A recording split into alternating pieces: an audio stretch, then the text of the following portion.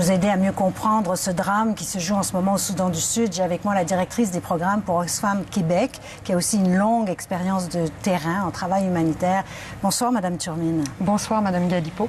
Alors, ces images, elles reviennent nous hanter, parce qu'on en a déjà vu des images comme ça, et c'est un peu un choc, une prise de conscience pour nous.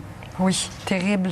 C'est malheureux de revoir des images comme on a vu il y a quelques années. Dans cette région-là, d'ailleurs. Oui, et le pire, c'est que, comme Marie-Ève le disait dans son reportage, c'est que c'est une famine qui n'est pas causée par la sécheresse, comme on pourrait le penser, mais bien par la guerre, par le conflit. C'est une famine qui est causée par l'homme, par le conflit. Ces gens étaient des agriculteurs, des hommes qui travaillaient, des femmes qui travaillaient dans leurs champs.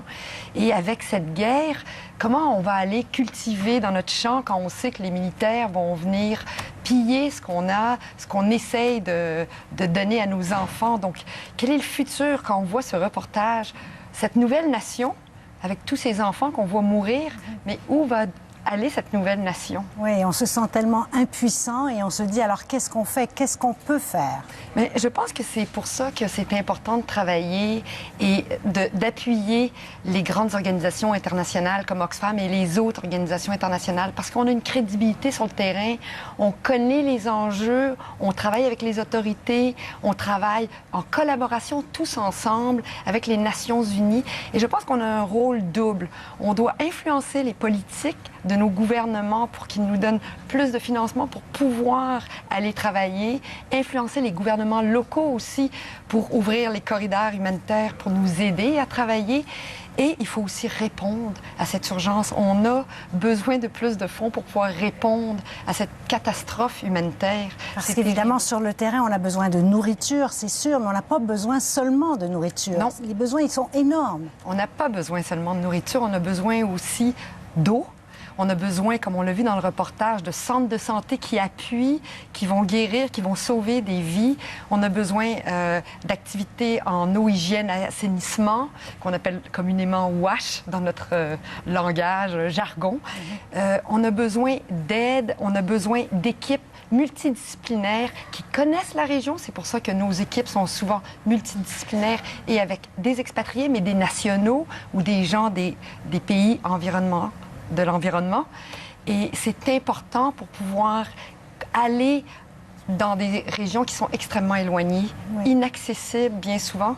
Et il nous manque absolument d'appui de fonds pour pouvoir répondre à cette catastrophe. Oui, les Nations Unies réclament plus de 5 milliards de dollars américains pour venir en aide à tous ces gens qui ont faim dans tous ces pays, parce qu'on parle du Soudan, mais on parle aussi du Kenya, de la Somalie, du Yémen.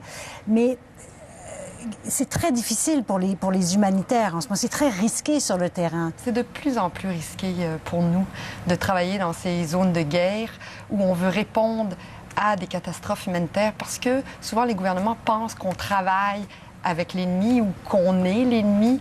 D'ailleurs, vous savez que les corridors humanitaires au Soudan ont souvent été fermés parce que le gouvernement pensait qu'on donnait plus aux groupes armés qui sont ennemis du gouvernement central. Donc, c'est extrêmement difficile. Vous savez aussi qu'il y a eu, je pense, le 29 mars dernier ou le 26 mars dernier, 6 travailleurs humanitaires qui ont été tués au Sud-Soudan.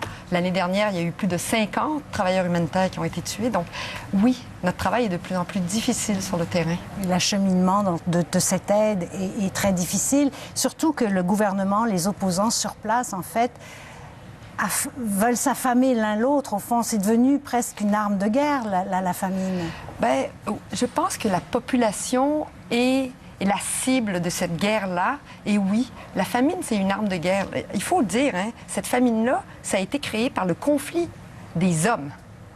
Et ce qui est choquant dans ce reportage-là, c'est de voir ce militaire, c'est triste, ce militaire assis avec son enfant, mais qui, lui, a une arme et qui a peut-être pillé les agriculteurs qui avaient leur jardin et qui travaillaient, parce qu'avec son arme, il peut faire beaucoup de choses. Alors, en terminant, ce qu'on peut faire, c'est donner un peu à des organisations, que ce soit Oxfam, que ce soit la Croix-Rouge, que ce soit les Nations Unies.